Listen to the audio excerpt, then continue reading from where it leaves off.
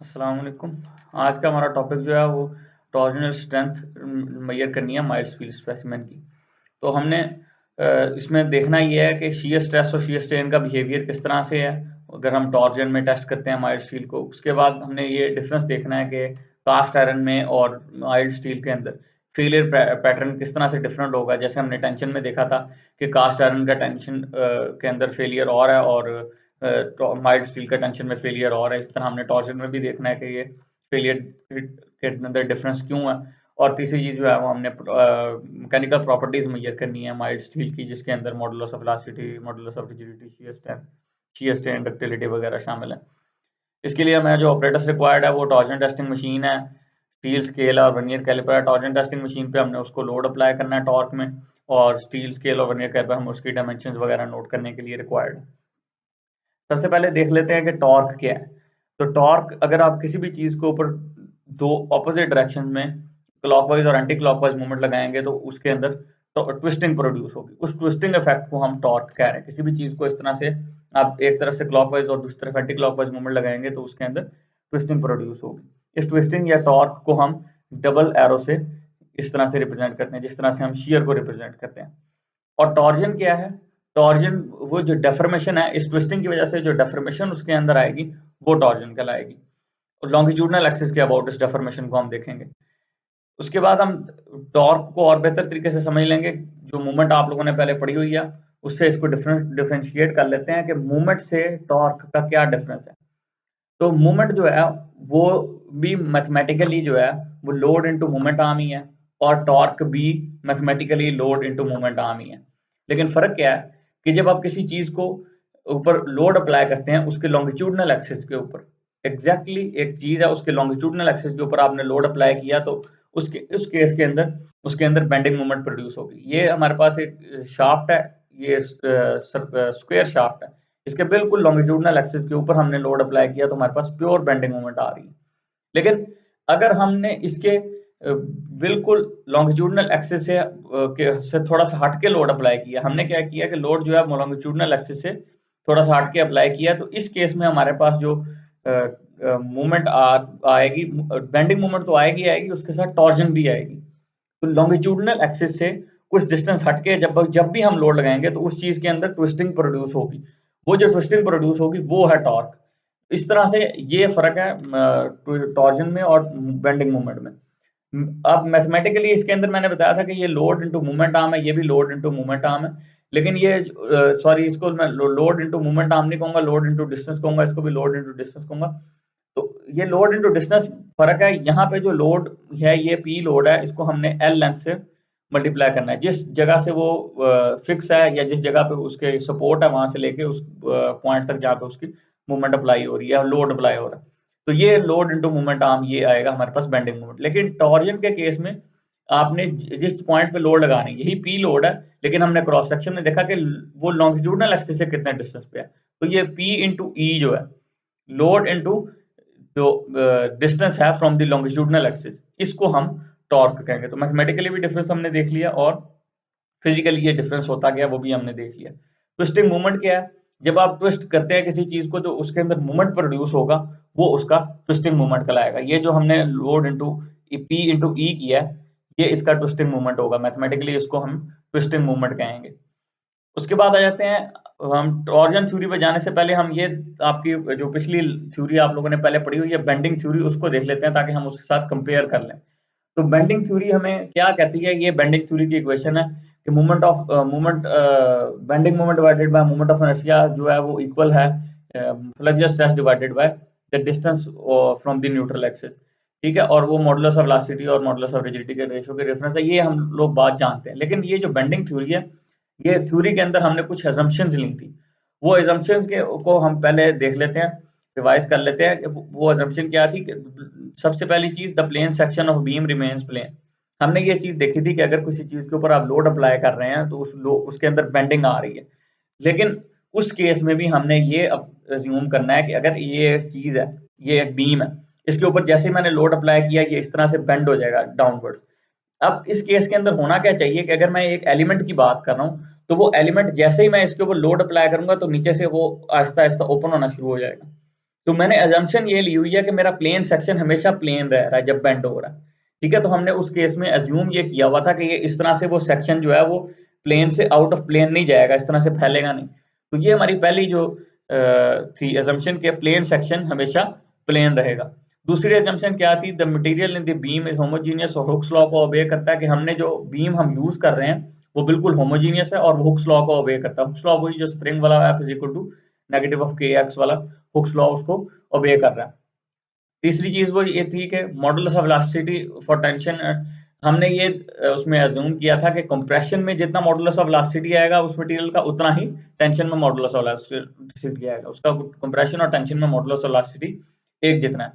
और चौथी चीज ये है कि हमने बीम को इनिशियली स्ट्रेट अज्यूम किया हुआ था, ठीक है, कि हाँ जो बीम है वो लोड लगाने से पहले स्ट्रेट है और उसका जो क्रॉस सेक्शन है वो कांस्टेंट है। उसके बाद जो लास्ट चीज है वो ये है कि the plane of loading must contain a principal axis of beam cross section and the plane and load must be perpendicular to the longitudinal axis of the beam. वो जो हमें बेंडिंग के लिए हमें क्राइटेरिया चाहिए था कि हम हमेशा बेंडिंग उस वक्त होगी कि जब आपका लोड जो है वो लॉन्गिट्यूडनल एक्सिस के परपेंडिकुलर लगेगा, तो उसी केस में आपके जो बेंडिंग है वो प्रोड्यूस होगी। और वो जो बेंडिंग है उसके load plane of loading must contain ये चीज के प्लेन जो लोड है वो परपेंडिकुलर लगेगा लॉन्गिट्यूडनल एक्सिस के, और दूसरी चीज ये कि हम लोड हम एक ना एक प्रिंसिपल एक्सिस के अंदर लगना चाहिए, जो लोड का प्लेन है वो प्रिंसिपल एक्सिस के प्लेन में ही होना चाहिए। तो ये हमारी लास्ट असम्पशन थी। अब हम उसी बेंडिंग थ्योरी को हम कंपेयर कर लेते हैं हमारी टॉर्जन थ्योरी से। जिस तरह से आपकी बेंडिंग थ्योरी है बिल्कुल उसी तरह से हमारी टॉर्जनल थ्योरी है। तो इसको हम कंपेयर करते हैं कि जहां पे आपका बेंडिंग मोमेंट आ रहा था वहां पे आपका ट्विस्टिंग मोमेंट आ रहा है। इसी तरह मोमेंट ऑफ इनर्शिया आ रहा था, यहाँ पे भी हमारे पास जो है ना रेडियस ऑफ द शाफ्ट आ रहा है। तो हमारे पास यहाँ पे है शियर स्ट्रेस और यहाँ पे है हमारे पास डिस्टेंस। यहाँ पे थोड़ा सा फर्क है, ये जो चीज है ये यहाँ पे जो है हमने सेकंड नंबर पे जो यहाँ पे सेकंड नंबर पे चीज है वो फर्स्ट नंबर पे आ गई है, और जो फर्स्ट नंबर पे चीज है वो सेकंड नंबर पे चली गई। इसको मैं इस तरह से कंपेयर करवा देता हूँ कि ये जो है आपका बेंडिंग स्ट्रेस है, तो यहाँ पे हम आपका शियर स्ट्रेस है। ये आपका डिस्टेंस है फ्रॉम द न्यूट्रल एक्सिस, तो हमारे पास ये रेडियस है, ये भी हमारा एक्सट्रीम फाइबर का डिस्टेंस है सेंटर से। इस तरह moment bending moment divided by moment of inertia है, तो हमारे पास यहाँ पे twisting moment divided by polar moment of inertia है, ठीक है। Twisting moment divided by polar moment of inertia, तो ये चीज आपकी बिल्कुल उसी तरह है जैसे आपका बेंडिंग के अंदर है। और ये मॉडुलस ऑफ इलास्टिसिटी और मॉडुलस ऑफ रिजिडिटी की जगह यहाँ पे हमारे पास ये मॉडुलस ऑफ रिजिडिटी थीटा और एल ये वही चीज है। तो इसके अंदर ये चीजें आपको बता दी कि ये जो टा है वो शियर स्ट्रेस है, जो आप लोगों के पास आर है वो रेडियस ऑफ द शाफ्ट है जिसको आप ट्विस्ट कर रहे हैं उसका रेडियस, मतलब कोई भी चीज जो आप ट्विस्ट कर रहे हैं उसके सेंटर से लेके उसके एक्सट्रीम फाइबर का जो डिस्टेंस होगा वो आपका आर होगा। उसके बाद टी जो है वो ट्विस्टिंग मोमेंट है, जे पोलर मोमेंट ऑफ इनर्शिया उसको देख लेते हैं, ये मॉडुलस ऑफ रिजिडिटी है हमारे पास, ये एंगल ऑफ ट्विस्ट है और ये लेंथ ऑफ द स्पैन है। इसके अंदर हम ये देखना है कि जैसे हमने बेंडिंग मोमेंट के अंदर कुछ assumptions थी, वही सेम assumptions जो है वो तकरीबन टॉर्जनल थ्योरी के अंदर भी अप्लाई होंगे। सबसे पहली चीज ये है कि मटेरियल होमोजीनियस होना चाहिए, और वही बात दोबारा से कि ये हुक्स लॉ को ओबे करना चाहिए, स्ट्रेस शियर स्ट्रेन के डायरेक्टली प्रोपोर्शनल होनी चाहिए। तो मटेरियल होमोजीनियस होना चाहिए और हुक्स लॉ को ओबे करना चाहिए, वही जो चीज हमने बेंडिंग थ्योरी के केस में देखी थी। उसके बाद circular section remain circular and do not wrap. ये मैंने आपको जैसे बेंडिंग में बताया कि आपने एक प्लेन सेक्शन को प्लेन लेना है और वो आउट ऑफ द प्लेन नहीं जाना चाहिए, बढ़ना नहीं चाहिए। तो इसी तरह आपके पास सर्कुलर सेक्शन जब आप किसी चीज को ट्विस्ट करेंगे तो ट्विस्ट करने के ऊपर आपका जो सर्कुलर सेक्शन है वो रैप होने की कोशिश करेगा। मिसाल के तौर पे ये आप लोगों के पास एक सेक्शन है, जैसे ही मैंने इसको ट्विस्ट करने की कोशिश की तो क्या होगा कि ये रैप होगा, ये एक स्पाइरल सी शेप बनाने की कोशिश करेगा। ये जो रैप होने की कोशिश कर रहा है, हमने इस केस में ये अज्यूम करना है कि आप लोगों का जो सर्कुलर सेक्शन है वो सर्कुलर ही रह रहा है। सर्कुलर सेक्शन सर्कुलर कैसे रह रहा है कि आप लोगों का ये एक सेक्शन है, उसके नेक्स्ट सेक्शन है, उससे नेक्स्ट सेक्शन है, उससे नेक्स्ट सेक्शन है, और जब ये ट्विस्ट हो रहे हैं तो सर्कल अपनी जगह पे कायम रह रहा है, सिर्फ एक सेक्शन जो है दूसरे के ऊपर यूं ट्विस्ट हो रहा है, ठीक है। तो जो सर्कुलर सेक्शन है वो सर्कुलर ही रह रहा है, वो रैप नहीं कर रहा, बल्कि एक सेक्शन दूसरे सेक्शन के ऊपर ट्विस्ट होता जा रहा है और हर अगला सेक्शन जो है, हर अगला डिफरेंशियल एलिमेंट जो है वो दूसरे डिफरेंशियल एलिमेंट के ऊपर ट्विस्ट करता जाएगा। तो ये हमारा सर्कुलर सेक्शन रिमेन सर्कुलर और डू नॉट रैप का मतलब।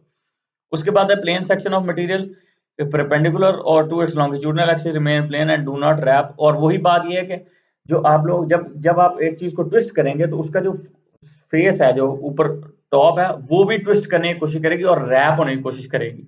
लेकिन हमने ये अज्यूम करना है कि जो फेस है उसका, जो टॉप सरफेस है, वो भी प्लेन ही रह रही है। जब हमने ये अज्यूम कर लिया कि ये रैप नहीं कर रहा, तो वो आपकी जो टॉप सरफेस है वो भी बेंड नहीं करेगी, वो भी रैप नहीं करेगी।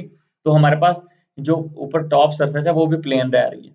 उसके बाद हम आ जाते हैं shear stress is proportional to shear strength, वो बात हो गई। In circular shaft the circular shaft subjected to torque the shearing stress varies linearly. ये वही बात है कि आपका जो शेयरिंग स्ट्रेस है वो लीनियरली जो है ना वो बिहेव करेगा।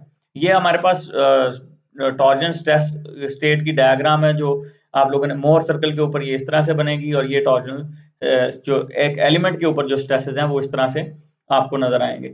और हमें ये मालूम है कि 45 डिग्री के ऊपर जो है हमारा शियर स्ट्रेस मैक्सिमम होता है। तो इस तरह से आपका एक जो डिफरेंशियल एलिमेंट है वो शियर के अंदर वो बिहेव कर रहा होगा और 45 के ऊपर उसका शियर स्ट्रेस मैक्सिमम होगा। अगर हम जिस तरह हम बात कर रहे हैं टॉर्जन को बेंडिंग से कंपेयर करने की, इसी तरह हमने ये ग्राफ को टॉर्जनल टेस्ट के ग्राफ को टेंशन टेस्ट के ग्राफ से कंपेयर किया है कि टेंशन टेस्ट के ग्राफ में हमारे पास यहाँ पे linear stress over linear strain आ रहा था, तो हमारे पास ये ग्राफ बन रहा था। तो हमारे पास यहाँ पे shear stress over shear strain आ रहा है, और इस ग्राफ की जो स्लोप है वो आपको मॉडुलस ऑफ रिजिडिटी दे रही है, जिसको हम शियर मॉडुलस भी कहते हैं। जैसे ये आपको मॉडुलस ऑफ इलास्टिसिटी दे रहा है, इस तरह ये आपको शियर मॉडुलस दे रहा है, मॉडुलस ऑफ रिजिडिटी दे रहा है। अब इसके अंदर जो एक इंपॉर्टेंट चीज डिस्कस हुई थी वो थी पोलर मूवमेंट ऑफ इनर्शिया। तो पोलर मूवमेंट ऑफ इनर्शिया क्या है कि सबसे पहले हमें ये याद रखना चाहिए कि मूवमेंट ऑफ इनर्शिया हमारा क्या है। तो मूवमेंट ऑफ इनर्शिया हमारा ये था कि जो रेजिस्ट करता है बेंडिंग को, जो सेक्शन की प्रॉपर्टी बेंडिंग को रेजिस्ट कर रही थी वो हमारा मूवमेंट ऑफ इनर्शिया था। इसी तरह जो मटेरियल की प्रॉपर्टी ट्विस्टिंग को रेजिस्ट करेगी वो हमारा पोलर मूवमेंट ऑफ इनर्शिया होगा। ठीक है, ये हमेशा याद रखना है कि पोलर मूवमेंट ऑफ इनर्शिया और मूवमेंट ऑफ इनर्शिया में क्या डिफरेंस है। ये बड़ा इंपॉर्टेंट क्वेश्चन है कि जो आपका पोलर मूवमेंट ऑफ इनर्शिया है वो आप लोगों का ट्विस्टिंग के अगेंस्ट रेजिस्टेंस है, और जो आपका मूवमेंट ऑफ इनर्शिया है वो आपका बेंडिंग के अगेंस्ट रेजिस्टेंस है। इसीलिए हम उसको BH³/12 जो है उसको हम बेंडिंग के केस में कंसीडर करेंगे, और यहाँ पे हमारे पास पोलर मूवमेंट ऑफ इनर्शिया के ट्विस्टिंग के अंदर कितना सेक्शन रेजिस्ट करेगा। अब हम सर्कुलर सेक्शन को देख लेते हैं। तो मैथमेटिकली क्या होगा, मैथमेटिकली आपका पोलर मूवमेंट ऑफ इनर्शिया क्या होता है कि आपने second movement of inertia around x axis और second movement of inertia around y axis जो है ना, उन दोनों को ऐड कर देना है, तो आप लोगों का पोलर मूवमेंट ऑफ इनर्शिया आ जाएगा। हमारे सर्कुलर शाफ्ट के केस में क्या होगा कि ये π/d4/64 जो है ये हमारे पास सर्कुलर सेक्शन का मूवमेंट ऑफ इनर्शिया होता है।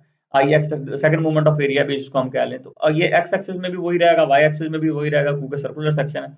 तो हमने उसको दोनों को ऐड कर दिया, तो हमारे पास ये π/64 जो है ऐड अप होकर π/32 बन जाएगा। तो हमारे पास ये हमारे पास पोलर मूवमेंट ऑफ इनर्शिया आ गया एक कंप्लीट सर्कुलर सेक्शन का।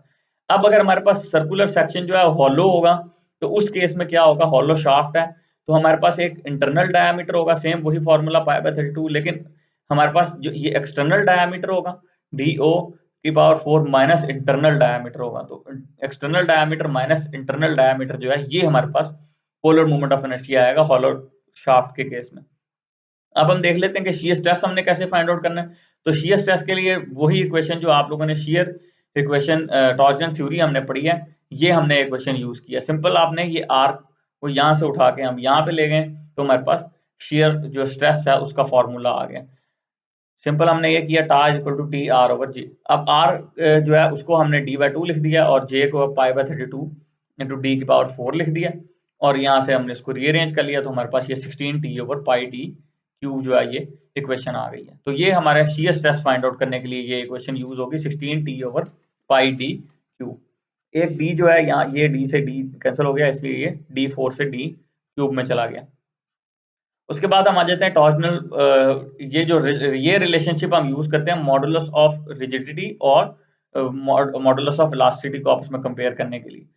एक अगर हमारे पास मॉडुलस ऑफ इलास्टिसिटी है तो हम उससे मॉडुलस ऑफ रिजिडिटी में जा सकते हैं, अगर हमारे पास मॉडुलस ऑफ रिजिडिटी है तो उससे मॉडुलस ऑफ इलास्टिसिटी में जा सकते हैं। लेकिन इसके अंदर एक ही चीज हमें नोन होनी चाहिए, सबसे इंपॉर्टेंट जो है वो पॉइजन रेशो हमें पता होनी चाहिए कि चीज की पॉइजन रेशो क्या है, lateral stress over lateral strain की जो रेशो है वो क्या है। यहाँ पे फिर वही पॉइजन रेशो को ही हम दोबारा से रिवाइज किया हुआ है कि lateral strain over axial strain की जो रेशो होगी उसको हम पॉइजन रेशो कहेंगे। और ये हमें बात पता है कि हमेशा जो ये पॉइजन रेशो होती है ये हमेशा 1 से कम होती है। आइसोट्रोपिक मटेरियल्स के अंदर ये पॉइजन रेशो जो है ये 0.25 से 0.4 होगा। आइसोट्रोपिक मटेरियल्स का मेन मतलब ये है कि जो एक डायमेंशन में भी उसी तरह बिहेव करते हैं जिस तरह आमतौर पर दूसरी डायमेंशन में बिहेव करेंगे, तो ये 0.5 के करीब करीब होगी या 0.25 से 0.4 के दरमियान आप कह लें कि ये आइसोट्रोपिक मटेरियल्स के अंदर पॉइजन रेशो होगी। माइल्ड स्टील के अंदर आपने याद रखना है कि ये 0.3 से 0.35 होती है, आमतौर पे हम 0.3 लेते हैं। और कंक्रीट के केस में हम इसको 0.15 लेते हैं। कंक्रीट के केस में एक डायमेंशन के अंदर आप लोड लगेंगे तो दूसरे डायमेंशन में बहुत माइनर चेंज आएगा, लेकिन अगर आप स्टील के ऊपर एक डायमेंशन के अंदर लोड लगाएंगे तो दूसरी डायमेंशन के अंदर भी उसकी निस्बत एक सिग्निफिकेंट चेंज होगा, इसलिए ये 0.3 और ये 0.15 है। उसके बाद हम ये क्राइटेरिया यूज करते हैं ये शियर यील्डिंग स्ट्रेस को मेजर करने के लिए। अगर हम सिंपल टेंशन टेस्ट से शियर को अगर आपने कंपेयर करवाना हो तो हम ये जो है इक्वेशन यूज करेंगे जिसको हम वॉन मैसेज यील्ड क्राइटेरिया भी कहते हैं। ये आप लोग थ्योरी में डिटेल में पढ़ेंगे। ये वाला हमारा जो क्राइटेरिया ये यूज होता है अगर हमें टेंशन टेस्ट से शियर स्ट्रेस फाइंड आउट करना हो। टेंशन हमारे पास टेंसाइल स्ट्रेस है, उससे हमें शियर स्ट्रेस फाइंड आउट करना, तो ये हम ये इक्वेशन यूज करेंगे। उसके बाद हम टॉर्जनल स्ट्रेंथ की बात कर लेते हैं। टॉर्जनल स्ट्रेंथ क्या है? जैसे टेंशनल स्ट्रेंथ है कि मैक्सिमम लोड जो बियर करेगा कोई मटेरियल टेंशन के अंदर तो वो उसकी टेंशनल स्ट्रेंथ है। इसी तरह जो मैक्सिमम लोड एक चीज बियर करेगी, अल्टीमेट स्ट्रेंथ जो बियर करेगी ट्विस्टिंग के अंदर, वो हमारी टॉर्जनल स्ट्रेंथ होगी। टॉर्जनल डेफॉर्मेशन क्या है कि जब हम एक चीज को ट्विस्ट करेंगे तो ट्विस्टिंग के अंदर हमारे पास वो चीज यूं जब ट्विस्ट होगी तो इस लेंथ के ऊपर उसके अंदर एक एंगल में चेंज आएगा। ये जो एंगल में चेंज आएगा इसको हम लेंथ के ऊपर जब डिवाइड करेंगे तो हमारे पास ये जो गेज लेंथ उसको लिखा हुआ है वो आपके टोटल शाफ्ट की लेंथ ले लें या जहां पे उसकी सपोर्ट है वहां से लेके एंड तक जहां पे लोड लग रहा है उसकी जो आपके आएगी लेंथ, वो लेंथ जो है इसको हम सिंपली डिवाइड करेंगे कि ये जो ट्विस्टिंग हो रही है सॉरी ये जो ट्विस्टिंग हो रही है ये कितनी लेंथ के अंदर ये ट्विस्टिंग हो रही है। तो ये जो डेफॉर्मेशन है ये टॉर्जनल डेफॉर्मेशन मेजर करने का तरीका है कि एंगल में यहाँ से लेके यहाँ तक इतना एंगल में चेंज आया और इतनी लेंथ में ये चेंज आया, इसको हमने इसको थीटा डिवाइडेड बाय लेंथ कर दिया तो हमारे पास ये रेडियंस के अंदर टॉर्जनल डेफॉर्मेशन आ जाएगी। इसी तरह अगर हमें टॉर्जनल स्ट्रेन निकालना हो तो हमने टॉर्जनल डेफॉर्मेशन को रेडियस से मल्टीप्लाई कर देना, जो भी उसका एक्सट्रीम फाइबर से जो सेंटर से लेके एक्सट्रीम फाइबर तक का डिस्टेंस है या सर्कुलर शाफ्ट के केस में आप कह लें कि रेडियस जो है हमने उससे मल्टीप्लाई कर देना तो हमारे पास टॉर्जनल स्ट्रेन आ जाएगी। टॉर्जनल स्ट्रेस हमारे पास वो आपने पहले देख लिया कि कैसे हमने टॉर्जनल स्ट्रेस 16T ओवर पाई डी क्यूब हमने फाइंड आउट किया। और ये हमारी टॉर्जनल स्ट्रेस की जो है ना वो डायग्राम है कि अगर आपका सर्कुलर सेक्शन हो तो हमारे पास सेंटर के ऊपर 0 टॉर्जनल स्ट्रेस होगा और जो सरफेस है उसके ऊपर एक्सट्रीम फाइबर पे मैक्सिमम टेंशन स्ट्रेस होगा, तो सॉरी टॉर्जनल स्ट्रेस होगा। इसी तरह अगर हॉलो सेक्शन की बात करूं तो हमारे पास हॉलो के अंदर कोई स्ट्रेस नहीं है, लेकिन यहाँ पे हमारे पास ये उसी तरह की डायग्राम है कि हमारे पास यहाँ पे कुछ स्ट्रेस होगा और यहाँ पे मैक्सिमम स्ट्रेस होगा और इसका मिनिमम स्ट्रेस यहाँ पे होगा। अब हमने जो चीज हमने पहले पढ़ी थी कि हमने ये भी कंपेयर करना है कि हमारा जो कास्ट आयरन है और माइल्ड स्टील है इसके अंदर फेलियर पैटर्न डिफरेंट क्यों बनेगा टेंशन टेस्ट में, सॉरी टॉर्जनल टेस्ट में। तो जैसे हमने टेंशन टेस्ट के अंदर पढ़ा था कि हमारा जो माइल्ड स्टील है वो शियर में क्योंकि वीक है, तो ऑल्दो कि हम उसको टेंशन के अंदर हम टेस्ट कर रहे थे लेकिन फिर भी उसका जो शियर फेलियर है वो पहले आ रहा था क्योंकि वो हमें शियरिंग प्लेन जो है 45 के ऊपर उसके अंदर पहले आ रहा था, उसके अंदर फेलियर आ रहा था क्योंकि जो माइल्ड स्टील था वो हमारा शियर में वीक था, इसलिए वो कप एंड कोन फेलियर दे रहा था टेंसाइल टेस्ट के अंदर। लेकिन कास्ट आयरन हमारा नॉर्मल जो टेंशन के अंदर वीक है, शियर के अंदर स्ट्रॉन्ग है कास्ट आयरन। तो जब हमने उसको टेंशन के अंदर टेस्ट किया तो वो एग्जैक्टली 90 डिग्री के ऊपर फेल हुआ था। तो माइल्ड स्टील का और कास्ट आयरन का जैसे टेंशन के अंदर फर्क था वही फर्क हमारा टॉर्जन के अंदर भी है। टॉर्जन के अंदर केस में क्या होगा कि जब आपका माइल्ड स्टील फेल होगा तो आपने माइल्ड स्टील को इस तरह से ट्विस्ट कर रहे हैं, जब आप उसको ट्विस्ट कर रहे हैं तो आप 45 के ऊपर ऑलरेडी 45 के ऊपर उसके ऊपर लोड लगा रहे हैं यहाँ पे, जब आपने यहाँ पे ट्विस्टिंग की तो आपने 45 के ऊपर यहाँ पे यूं लोड लगाया, तो आपका उससे 45 डिग्री एंगल के ऊपर बिल्कुल स्ट्रेट फेलियर होगा। ठीक है, आपने क्या किया कि आपने यहाँ पे 45 के एंगल के ऊपर उस पर ट्विस्टिंग अप्लाई की, उस जो ट्विस्टिंग जो प्लेन है उससे एग्जैक्टली 45 डिग्री पे हमें पता है कि मैक्सिमम शियर का प्लेन होता है, तो 45 डिग्री के ऊपर मैक्सिमम शियर का प्लेन बिल्कुल स्ट्रेट आएगा, तो ये आप लोगों का बिल्कुल स्ट्रेट फेलियर होगा माइल्ड स्टील के केस में। लेकिन कास्ट आयरन के केस में क्या होगा कि आप लोगों ने 45 डिग्री के एंगल पे जो लोड लगाया हुआ है, इससे 90 डिग्री के एंगल पे एग्जैक्टली इससे 90 के ऊपर हमारे पास टेंशन का जो फेलियर होता है, टेंशन प्लेन मैक्सिमम जहाँ पे टेंशन अप्लाई हो रही होती है वो, तो ये हमें पता है कि ये टेंशन के अंदर वीक है, तो हमारा मैक्सिमम टेंशन का प्लेन यहाँ पे होगा इस जो हम ट्विस्टिंग अप्लाई कर रहे हैं इससे 90 डिग्री के ऊपर। तो इस केस में ये स्पाइरल शेप के अंदर फेल करेगा, एक साइड से फेलियर शुरू होगा और वो स्पाइरल घूमता हुआ दूसरी साइड से आके फिर पहली साइड को एंड पे जाके मीट कर जाएगा। तो आपका ये तकरीबन स्पाइरल शेप के अंदर 45 के एंगल पे आपको फेल हुआ हुआ मिलेगा कास्ट आयरन और mild steel, sorry cast iron. तो आपको ये फर्क मिलेगा कि माइल्ड स्टील आपका बिल्कुल स्ट्रेट फेल होगा और कास्ट आयरन आपका जो है वो 45 के एंगल पे फेल होगा। ये आपकी डायग्राम है किसी हद तक एक्सप्लेन कर रही है माइल्ड स्टील और कास्ट आयरन के फेलियर को।